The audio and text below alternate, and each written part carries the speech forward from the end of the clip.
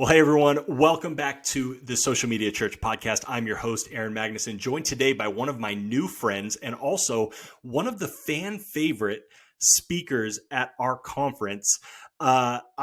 We've just been chatting a little bit before we hopped on, and I should have hit record a long time ago because there was some really great stuff that we're going to revisit in this person's story. And if you attended our conference, I am sure that you remember him. And if you didn't attend our conference, this is going to be a great introduction and kick off many things to come in the future that we continue to have with this man. I got connected to him through our good friends, also new faces at the Social Media Church, DK and Jennifer, and you can go back and listen to their podcast. They also contributed to, DK and I just recorded another one, so you are probably very familiar with DK by now.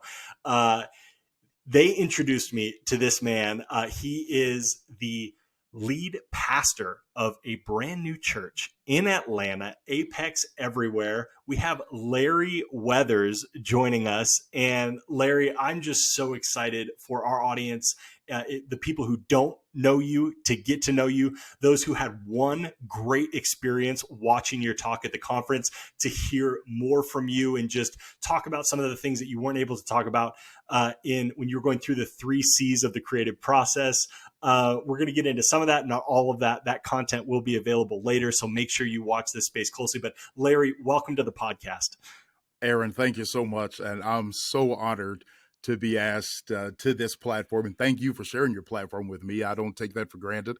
I still am amazed. I actually have watched this podcast many times way before I met you. And That's so awesome. It's a bit surreal to be sitting here after I've gleaned so much. So what you all are doing is incredible. It's relevant. And I thank you for your heart toward church and marrying social media with church. It's making a difference. And to Jennifer, who made that initial connection, I have to thank God for my sister. She is a wonderful connector in the kingdom. So Jennifer Benton, thank you so much. Yes. And man, I'm excited to be here. Oh man, Larry, this is going to be so great. And there's so many avenues that we can go initially. Before we jump into any of that, do you just want to I gave a little introduction. Obviously, them hearing it from you is going to be way better. Do you just want to introduce yourself, all the things you do, the different hats you wear, maybe a little bit of your background, and then we'll get into all the fun stuff? Absolutely. Well, I'm honored to pastor, I believe, the greatest church that exists in the world, and that's Apex Everywhere, along with my beautiful wife, Pastor Ebony, who serves right along with me. And God has just blessed us to plan. We planted 2017, planted a church, cold plant, no big organization behind us. It was out of our pocket, out of passion and a zeal to bring something different. Now, everybody says that when it comes to church, we want to bring something different. And what we found out was the difference lied with us. And we really just sought to express our love for Jesus, our passion for Jesus. We named the church Apex because Apex means your highest point. And that's what we're trying to get people to, the highest point in relationships, spirituality, intimacy, financially, every area of their life. And that has been the driving force behind us. I have the wonderful privilege to be lead pastor, but I also handle all the graphic design and the communications aspect of our ministry. And I love it. I love wearing both hats. It's a lot easier for me because I have meetings with my creative director, and that person is me. I approve all of the graphic design, and that person is me. I give the sermon title and the themes to that person who is me. So it's been a wonderful journey. And I love the aspect that I get to interpret God's word in a creative way, that even those that are unchurched, those that are done with church, those who see church as not being relevant, that I'm able to express that through what I design. And that has been the greatest part for me. Grew up in the church. I'm a church boy. All I know is church. But God took me through a journey of coming away from kind of some tradition and religion, all that I'd been taught, and took me on a journey of doing kingdom ministry that looks different and unorthodox and out of the box. As I say, we're out of the box, but we're still in the book, and we are very biblically sound. But it challenged me. So good. It challenged me to think beyond what I'd always heard and been taught. And I'm still evolving. I'm still morphing in that journey. And I'm just very grateful that I get opportunity to walk in both of those stratums, so to speak, and create and then preach and back and forth. It's awesome. Well, this is going to be a great interview. I knew that from the moment that Jennifer connected us, and then after I saw your talk at the conference, and then for sure after we got on here before we hit record. This is going to be a great interview because we're really talking to two people. We're talking to Pastor Larry, and we're also talking to the creative director, Larry. And our audience is mixed up of people who wear each of those hats individually. Some of you listening may be wearing both of those hats. But Larry, I love that you're going to be able to speak to both audiences. Yeah. And I do know that there are some pastors listening to this who wear both of these hats, but maybe they're still trying to figure out how to fit on the creative director hat.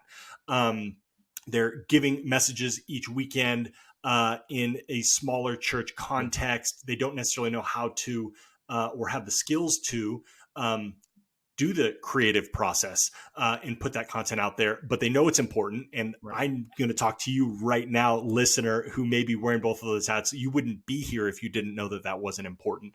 And so I want to just encourage you guys, listen in to everything that comes from Larry here, because he's wearing both of these hats. He understands it intimately. You're doing ministry in Atlanta, one of the most creative, culture leading cities in the entire United States. And so I think there's some huge appeal to that as well, just figuring out what does ministry look like in such a progressive city. Larry, I'd love to, you came from San Diego, so if you have some West Coast people listening as well, you can connect to Larry from the San Diego side. So we used to live close to each other at one point. I'm curious, Larry, maybe that call that you had to plant in 2017, Apex, the peak of everything, you want it to just be the highest point spiritually, relationally, just really taking people into an experience of following Jesus that is the very best life possible, which is what we're all invited to as Christians and followers of Jesus. Just kind of what prompted you to want to plant a church in 2017? Actually, it was more of the leading of God. We were here helping a large ministry because we operate as consultants as well. So we were helping a large ministry kind of navigate some difficult times that they were having. Mm-hmm. And once that contract ended, we were like, God, what's next for us? We're both originally from Kentucky. And so we knew we weren't going back to Kentucky. We've planted churches in other places. We've really been sensitive to God. And actually, I had a burden for Atlanta back in maybe 2011. Wow. Came and did a few services here, but nothing quite connected at that time. And then it was like when we were in this position, it was like God said, do it now. Yes. And we really weren't feeling it at first, to be honest, because Atlanta has a plethora of churches. Of course, COVID was nowhere on the radar at that time. So we were looking at, we don't just want to be another church. But there was just something about it we couldn't shake. And what we did, which is why I love social media, we said, we're going to do something. We're going to test this thing. We're going to test social media. We're only going to advertise on social media. We're not going to do a sponsored ad, though. We're going to advertise on our personal pages. Wow. For our church plan. Wow. We had 45 days before we were going to launch. We launched January the 8th. And so we knew we wanted to be in that realm of starting the new year. It was prophetic. It's on the 8th day. I mean, everything was just popping. But then we're looking at, okay, we're coming on the end of October, first part of November. We don't have a lot of days to do this. So we said, let's test this. Let's test how strong and powerful social media is with no money behind it, just organic. We posted on my page and my wife's page. 125 people showed up to our first service. Wow. That's amazing. Social media, incredible, dude. And we're in the Fayetteville area. So we weren't downtown. We weren't, right in the middle of everything. We're, going south away from downtown. 125 people showed up at that first service. We saw then the power of social media. So from day one, we kept developing our social media presence and we never stopped. And it benefited us when everything happened with COVID. We didn't have to create it. It was already there. That's right. You were ready to go. You had that framework. I want to dive into the number 8. That was a big part of your talk as well. And just, it sounds like a big part of just the framework of your life, Ebony's life, the life of your church. But we'll reserve that for a little bit further down the track. One of the things you said that I think YouTube turned us all on to, and if it hasn't, I'm going to clue you in right now. We learned through YouTube that to think that you're competing against people is probably the wrong way to think about YouTube. The internet is massive. YouTube is massive. And there are a lot of people talking about literally the same stuff, whether it's food, whether it's reviews, whether it's pastors, whatever it is, whatever the topic. What YouTube has taught us is that some people want to hear it from Aaron. Some people want to hear it from Larry. Some people want to hear it from Craig Rochelle. Some people want to hear it from Mike Todd. But there are people that want to hear it from you. Even if it's the exact same content, they want to hear it, or they resonate, or they can relate to Larry. And so you talked about straight away, we're a church plant. We're not anything new. There's nothing unique that we're doing outside of the fact that we have a unique voice that people have resonated with. We tested that on social media before we even planted, which is just such a great strategy in general. And so I just want to clue people in that if you're feeling like, well, what do I have to add? There's nothing new that I'm saying. I want to encourage you and say, that's okay. Your voice, your being, your uniqueness is what is unique, that nobody else can replicate, that nobody else can do. And so God might be calling you to create content or to put content out on social media that you feel like everybody is saying. That's okay. The internet is massive and it takes all of us.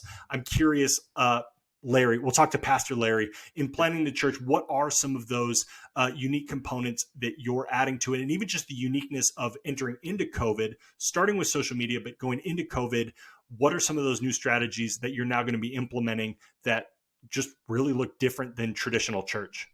Absolutely. And Aaron, I think so many people, we've been taught all of our lives in church, humility. Yes. And to not have the spotlight on us and to fade in the background, that they only see Jesus, hide me behind the cross. All of those things are wonderful. However, God said, I'm going to make your name great. He never said, I'm going to make your church great. Yes. Never said, I'm going to make your business great. He said, I'm going to make your name great. He consistently said, I am that I am. He said, you're a city set on a hill. That's a theme of our ministry that cannot be hidden. Like there's something here that God's trying to get us to, that we can remain humble, but we have to embrace who we are, because the unique aspect of who we are is what causes our tribe to find us. The frequency that we yield, now individuals tap into that. That's what I've really been focused on, is making sure that I'm packaging and presenting myself, that people can find me online. We've had more people join Apex from our personal page than they ever did our church page. Yes. Because they're relating to real people. And on the corporate side, I have a marketing and branding firm as well. And so with clients, I teach them attraction marketing, that you're going to do better for your business, projecting yourself now, especially after COVID, because again, we have so many businesses. Everybody's online, but nobody is you. That's right. And so when you market and brand yourself, you're now creating a niche for yourself that no one else has. The same applies to the kingdom.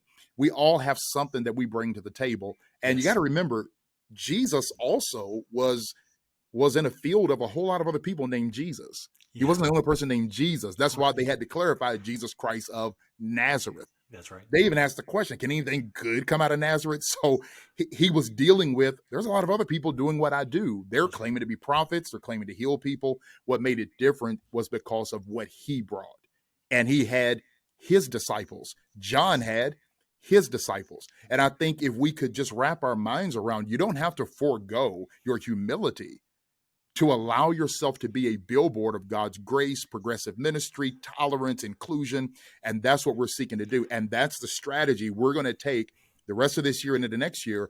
We're going to utilize what God has done in our lives and make that something people can relate to as pastors, and then pull them into what we're doing in the community we're building for Apex. Oh, Larry, that is so good and so important. You don't have to forego your humility in order to do the ministry that God has called you as a unique individual to do. I want to stay here for a second, because I know that is a lot of what we wrestle with. And a podcast, has recently come out about the whole Mars Hill story. Have you listened to that, Larry? I haven't. I've heard about it, but I haven't listened yet. Yeah. Worth a listen. I won't ask you your thoughts on it because you don't have thoughts on it yet. But this is a topic of conversation. We're seeing pastors fall because of being a social media influencer, doing all of these things. And so I'm curious, I want to spend just a little bit of time here for somebody who is preaching. You're the talent, you're preaching the conversation, or you're preaching on the weekend, you're starting that conversation with your own content that you're recording, and then you're the one editing it. And so there is a lot of Larry going on here. And so you, of all people, would have every right to not be humble, but yet you remain humble. And so I'm curious, Larry, talking to our audience who may be wrestling with this and working it out, what are some of those things that you have in your life, some safeguards, some best practices as you're doing so much content creation of yourself, and you manage people's brands? What are some of those safeguards and what are some of those encouragements to keep that humility intact? That's an excellent question. And I was actually asked this on another interview, and I say the same thing. And it sounds almost archaic for us to say it now, and Sure. a cliche to say, it's the intimacy with the Lord. Wow. Because if you keep the main thing, and you realize this is all for him, it's unto him, I'm a steward of what he's given me. That's right. Then it keeps you in a certain posture. The second audience I'm doing it for are those that I've been called to. Yeah. Which consistently makes me aware, if I don't remain in the place that I should, I'm replaceable. Yes. Now, you can't duplicate me because I'm unique, but you can replace me. That's right. God can accomplish the same thing. One of my favorite verses, God talking about, I could do this with rocks. Like, don't forget, I could just use those rocks over there. They will cry out, which means you got to create auditory mechanisms for a rock to cry out. You got to determine, is a mouth going to appear on the rock, or is the sound? You would go through all of that, God, just to show me, dude, I really don't need you. That's right. And I think the third thing is having my wife. Because you need people. Yes, you need people in your life. Come on, man. I joke with her and with people. I would travel around the world, flying first class and preaching before thousands, and come home and my wife be, so good to see you, babe. I know God used you. Take out the trash. That's right. That's right. So you need people around you who are not so infatuated with what you do in your divinity moments that they don't check you in your humanity. And I think that's one of the greatest things we saw about Jesus. He kept a balance of humanity and divinity, and that's what we should be doing. And if you do that, you won't have any problems of operating in pride and arrogance and going beyond what you should. Man, just want to pause there for a second. Somebody needs to hear this. Somebody listening needed to hear that. Just rewind that last 3 minutes. Listen to that again. Share this link with somebody that also needs to hear it. Maybe send it cautiously if they do struggle with humility. But just... Oh, Larry, this is so good. I'm so thankful for your time. So thankful that you're on here. Let's dive into the number 8. Let's talk about the number 8, the uniqueness of it. You mentioned it in your title. It's the 3 C's to the creative process, and you spelled creative with the number 8 in there. I loved it. Let's just talk about the number 8 for a little bit, and then we'll dive into the creativity stuff. Absolutely. The number 8 for me is so powerful because we understand it means new beginnings, and it doesn't mean fresh start. Wow. It means a new beginning. A fresh start is you stopped and then you start again. A new beginning is something totally new being created that everything else is going to flow out of. Mm-hmm. And that's what I really feel for people out of COVID. It was a reckoning for a new beginning. And I'm going to tell you, so many pastors I've talked to, they were right there at making some changes in their ministry, but they were scared. They were worried about how will it come across? How will the congregation receive it? And COVID came in, and I'm telling pastors everywhere, embrace COVID as the integer and the variable that you did not have to make that new beginning. That's right. God did it. He said, I repented that I made man. He destroyed the world. And God said, I'm going to start over. And he did it with a new beginning. And he created another world. And we're here as the result of the new beginning. And I think that all of us have the opportunity for it if you embrace it and take it. Now, it may come on the heels of chaos and a little bit of confusion, but at the end of the day, I'd rather have chaos and confusion, knowing I'm heading to a new beginning, than be stuck in complacency and know that eventually I'm going to start to have regression in my life because I'm going backward. And that's what I see ahead of me. I don't care about the variance. I don't care what else comes. What I do know is I was preserved, Aaron, you and I, for 2021, 2022. That's right. In our DNA is the ability to navigate and to matriculate anything that comes our way. Yes. So why would I live in fear, or why would I hold back on what I've been created to do when God preserved me to be Yep. alive right now because he knew what I would bring to the table That's right. For such a time as this. for such And a time as we've this. all been and called to be leaders at this specific time. God did not make mistakes in that. So if you're listening to this, that's you. You can join in on the new beginning as well. And some of our social medias and our strategies and the creative process needs a new beginning. And there's never been a better time. We all have cell phones. We all have access to the internet. We all had to figure out some sort of online ministry, regardless of our context, regardless of our role during this time of COVID. Larry, talking about the creative process, talking about making content from the weekend to the week. Let's get really practical. What does your creative process look like? Let's start there. What does your creative process look like? Well, and actually, my process it fluctuates Yep. because I try to keep a thumb on what I'm seeing is working, what isn't working. When COVID first started, I was doing everything everybody else was doing. I'm taking the snippets, I'm posting the snippets. Yeah. We're doing all of the graphics, every single week and every day we're Yep. posting. But I noticed that all of that wasn't necessarily resonating with our audience, and so I took a break from it a bit, and then just started focus on really creating something special on Sunday Wow. and making something so special Sunday that actually the people that viewed Sunday were working for us during the week. Mm-hmm. And as a pastor, that was great for me because now I'm not having to create as much content Yes. to post during the week. People are having organic conversations around the message and what they saw, what they heard, and then they were tagging the church. And when they started Yes. tagging us, well, then now it's working for us. And Ah, so one thing that we really focused on, we got our focus off of views because everybody knows, views at the end of the day, we have individuals who they watch on the television, they invite people over. There may be 20 people watching a totally. television screen. Well, you only get one view that's recorded by Facebook. So Mm-hmm. we said, let's forget about views. Let's go toward engagement. Mm-hmm. Well, we started focusing on that engagement. Now, when we met in person, we're a crazy church, man. What the stuff we do sometimes is it's incredible. They used to tell me when I was preaching, dude, you were preaching so good. I wanted to throw something at you. And so then all of a sudden people started throwing empty water bottles. My wife wasn't having it. She said, y'all are not going to hurt my husband. Yeah. She went out and bought, man, these cloth snowballs. And we would pass them out at the door when people walked in and say, take a couple snowballs. And people would be like, what? Just hold on. Just take a couple snowballs. And then we would let them know prior to the message. Now, if pastor is preaching something that resonates with you, throw your snowball. And so every Sunday, we had all these snowballs, man, being thrown at me on stage. And I've got snowballs. And then I would, play into it and be dodging them like I was in the Matrix and all of this. Created just an incredible energy around the sermon, man, like I've never saw before. Little kids would be paying attention for their Yeah. moment that they could just throw a snowball. It was crazy. Well, when we went online, we found digital snowballs. Okay. People are still throwing snowballs at me in Yes. the comment thread. Yes. That's So I right. stopped pre-recording. I started going live in the moment. Okay. And every Yep. Sunday I go live. I do all my graphics, motions, everything live in that moment. And now I'm preaching to the thread.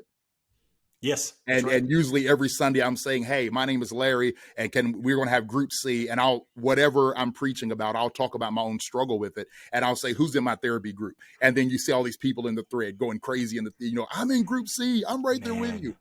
We started focusing on that, and we would see, okay, we got 500 views, but we'd have 1,200 comments. Yes. Right.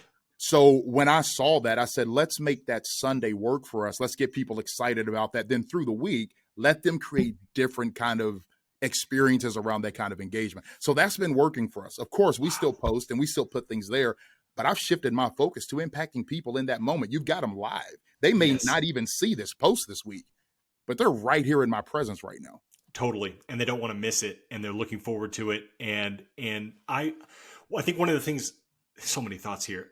One of the things that people are trying to figure out is, especially this younger generation coming up, they're used to interacting Yes. with the voice, whether Yeah. they're watching Twitch and it's one person talking and they're interacting in the comment section, whether it's a live stream, whether even to a certain extent podcasts, and now certainly with live audio and the social network of audio, Right. which DK and Jennifer are Yeah. huge proponents of and the experts on, and we Right. talked a ton about at the conference. but how do you replicate that in the room? How do you break up this, what can seem monotonous, this one person monologuing to a group of people? Well, you throw snowballs at them. I've never heard of this. And if you've heard of this, I need you to reach out on Twitter or tag Larry and I. Just let us know. I have never heard of giving people things to throw and really capitalizing on that, not just throwing sound waves, which is very traditional in lots of churches, but actually giving them something to like, man, I'm resonating so much, I just want to pelt this guy with something.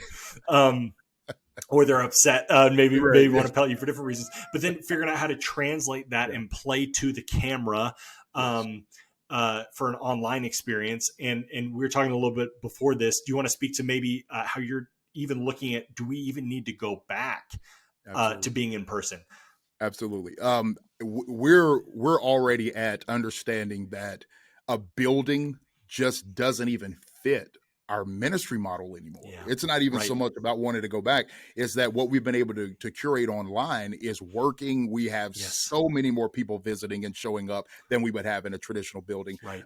And we're being able to also advertise that we're safe and we're COVID safe. We can say that, and we do, because we're not meeting physically. And so we use everything, trust me, everything to our advantage for marketing's sake. But we're seeing that people are resonating with our church, not just because we're online. We try to make the visual exciting. So on Sundays, instead of it just being kind of like a voyeur that I'm just peeping in on your church service, we fashion everything around the fact that someone is going to sit there and watch me. So there's a close-up shot of me. I'm not behind a podium. I'm not way back on a stage. I'm right in your face. And people tell us every week, it felt like you were talking right to me. And then I'm throwing up scriptures, and I'll put a graphic that looks like a torn piece of paper. Well, that's what the scripture's on, and that's in front of me. And I've got green screen going, and I've got images in the back. And we've got huge words on the side, so that those that learn by seeing, you're getting that. You're getting the hearing. Now the graphics are moving in the moment. That's right. Now this guy just put his face all in the camera. He's talking straight to me. There's sound effects. I think a couple of weeks ago, I threw sound effects in. I said, I don't need y'all's amen. I brought my own amen corner. So I had the whole clap track. It was crazy, man. Just then I found it. Dude, we look at it as there's nothing we won't do to engage God's people. And for us, that was taking out worship music. Yeah, wow. Oh, let's talk about that for a second. Let's talk about that. Man, that our audience wasn't resonating with them. We go back and look, and we would see the drop from when we're watching worship music. Then they come back in when it's time for me to preach. So then we had to ask ourselves the question, well, then why are we doing worship music? Because we're supposed to? We're supposed to be worshiping at home. So when we come together corporately, we realize that's not even working for us. We took it out. Yeah. And so this may be only for me, Larry. Nobody else listening may be interested in this. I don't think that's true, but I am interested in this. How do you supplement that moment though? And not in like a legalistic way, like you have to have teaching, worship, like you have to have music. But there is something about the response to learning something new about God, or the response to his holiness, his just what is revealed through the scriptures, which is the teaching portion. Something powerful about responding through song. How do you supplement that? We supplement that by, we have a private Facebook group that we have for all of our partners, and it's partners only. And we do that so there's a sense of exclusivity and individuals. We're building a culture and a family here, and also that we can safeguard it from those on the outside that may not have the best. How do you define partner really quick? A partner is someone that has completed our new member orientation. Awesome. And they also, we do something kind of unique, because everybody that becomes a part of our church, they actually have a face-to-face physical meeting with us. And now, of course, we're doing it all virtually. Yeah, every single person. It does not matter. They talk to me and Pastor E by phone, FaceTime. And for our partners, I do not recommend this. Let me say this as a disclaimer. I do not recommend this. It works for us. They all get our personal cell phone. Wow. And to this day, not one person has ever abused that. Wow. We started this in 2017. We said, we're going to do this because people were coming to us saying, I'd love to be a part of church, but pastors aren't accessible. You can't reach pastors. You have to set an appointment. I've got something crazy going on in my life. And see, we deal with a lot of unchurched people as well. So they don't know all the red tape and the protocol. They Nope. know if they need to go to the doctor, they see the doctor. If they need a lawyer, they see the lawyer. Well, when it comes to their pastor, I've got to go through 15 people to get to you, man. Well, Yeah. my situation is already, Yes. dissipated by now by the time I needed your help. So we said, you know what? We're going to give you our personal cell number. Call Wow. us, text us. You in trouble, you can reach your pastor.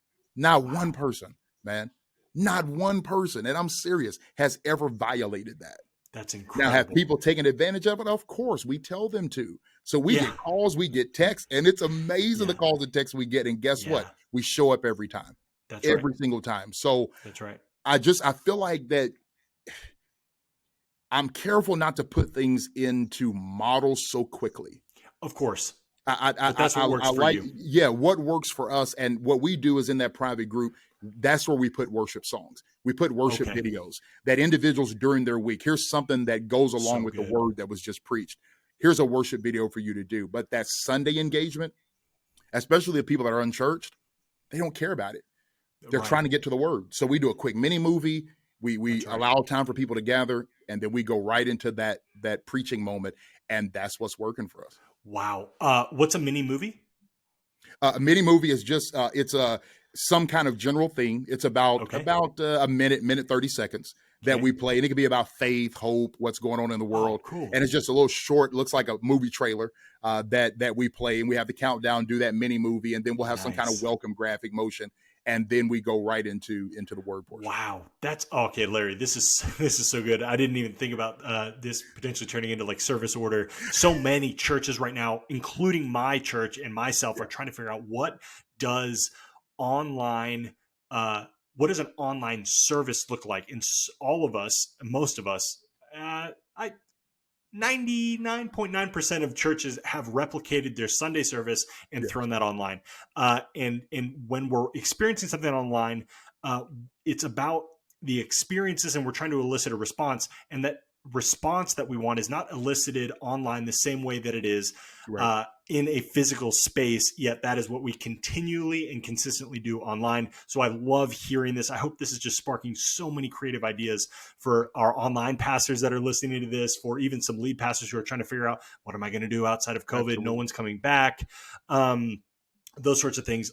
Thank you for sharing all of that, Larry. absolutely. That's so helpful. I want to kind of, as we round to the end of this conversation, you're talking about the people who are engaging on the weekend, doing a lot of the work for the content creation throughout the week. I think ethereally that makes sense. Practically and specifically, what are they doing? Are they just posting a video of themselves talking about it? Are they actually like taking that message and like chopping some of it up and throwing it out there and doing that for you? Or when they're engaging throughout the week, what are some of those practical things that they're doing?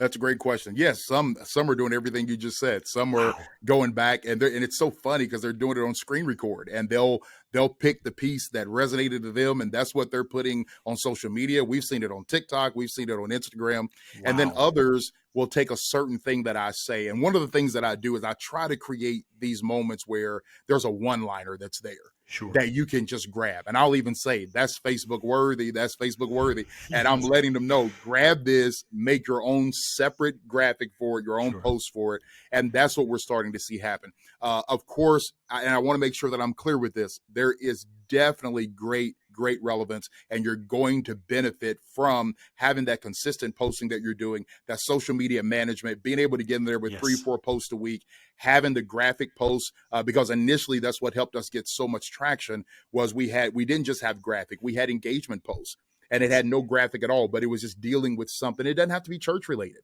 What toppings do you like on your hamburger? Okay, those things work. And I know it may seem like it's a crawling start to get where you want to go, but remember this with social media: consistency is key. That's it. And if you are consistent, the rewards will come. Yes. That's right. That's so good. Now, presently, when you've trained and rewarded, and what gets rewarded gets repeated, Yeah. your congregants, your members, did you call them partners? Your Partners, yes. partners. Uh, what things is Larry now creating and putting out? Well, I'm working on some things that I hope are going to shake up We're going to shake up online church. A lot of green screen technology. Okay. I'm really taking that, especially next year. We're going to take that to a whole new level. And so what I'm really looking at, though, is marrying practicality, trying to really feel where people are right now. And as exciting as we make our presentation, we always do our best to make sure people feel a sense that we are stable, to feel a sense that we are going to be here for you and we get what you're going through. Matter of fact, all of next year, we already know part of our theme is going to be centered around intimacy with Jesus and spirituality. It'll probably be boring to most people, but we engage a lot of unchurched people. And what they want to know is Jesus real? And if he is real, how do I know he's real in my life? That's right. Like, what does that look like real time? I hear all this stuff about the anointing and the power of God, but how do I know Jesus is real sitting in my apartment with 4 children and no income? That's right. Nobody to call. How is he real to me?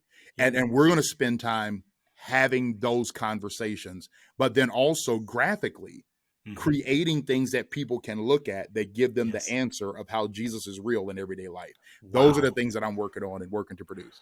Love it. I love that. Okay. 2 more questions before we end. Actually, one maybe less than a question.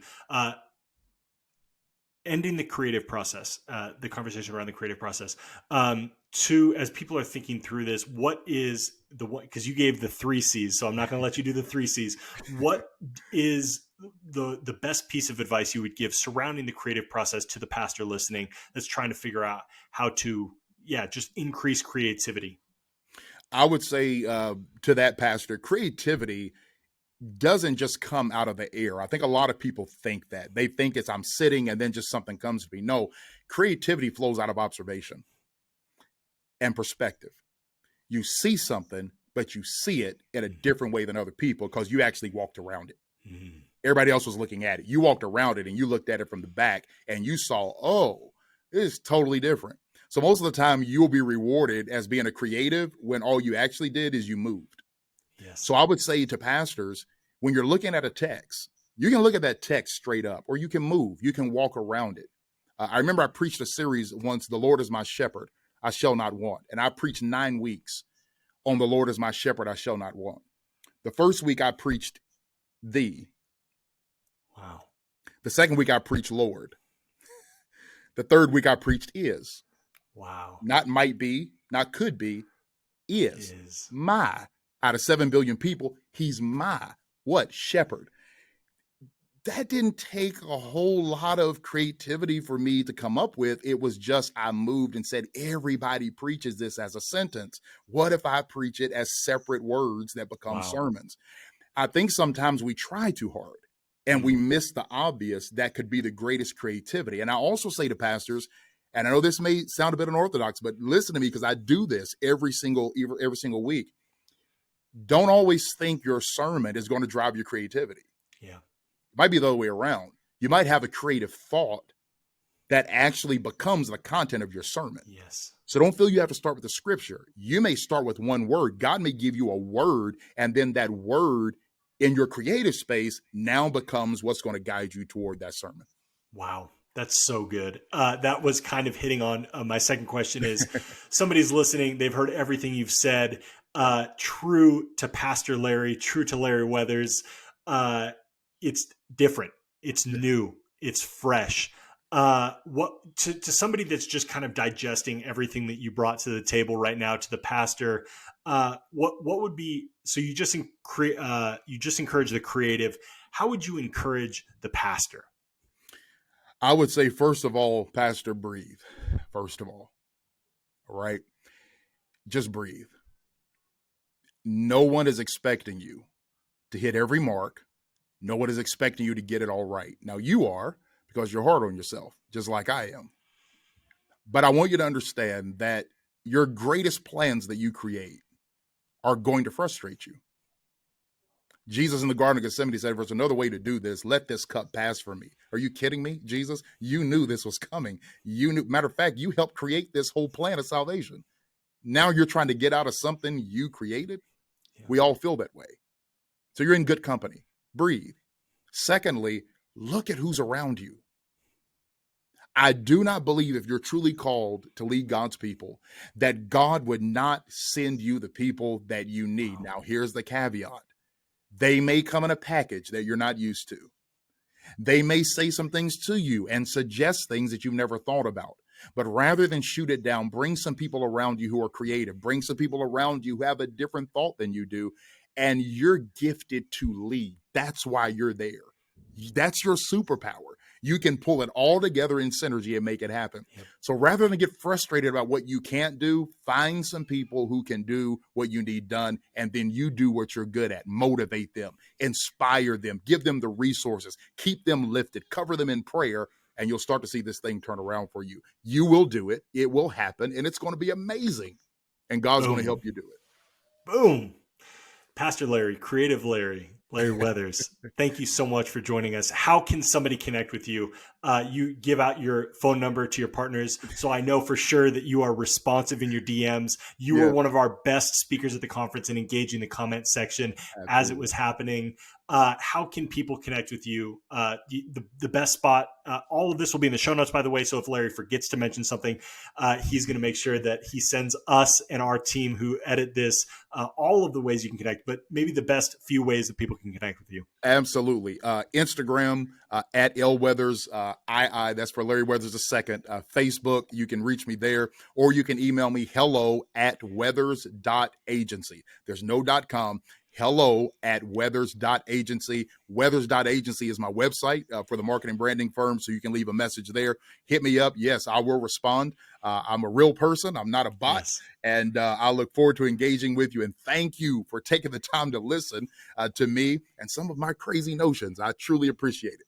Yes. Larry, thank you so much for being on. Is Instagram your favorite social network at the moment? It is at the moment. Yeah. Okay. Instagram, that tends to be the answer and the response that we get from our guests on the podcast. Well, thank you so much for joining us for another episode here at the Social Media Church podcast. We want to have so many more of these conversations, and your listening ear encourages us to do so. Your feedback on Twitter, when you send us those DMs, when you let us know that the things we're talking about are helping you, we so appreciate that. Take time to do that. Go into Larry's DMs. Thank him for being here. I would also love it if you would take time to hit subscribe and write a review, because it helps people like me. When I was starting my ministry, when I Googled social media church, I ran across this podcast because so many people had subscribed. Your subscription and your review lets Apple and lets Google know this is a podcast worth spreading around to other pastors just like yourself, or creatives just like yourself, who are trying to figure out, how do I do this and how do I marry this to the church, so that the gospel can be spread, so that those who are far from God can come near to God, and we can see Jesus' kingdom come here on earth as it is in heaven. With that, I'm going to leave you guys until next time. My name is Aaron, and this is the Social Media Church podcast.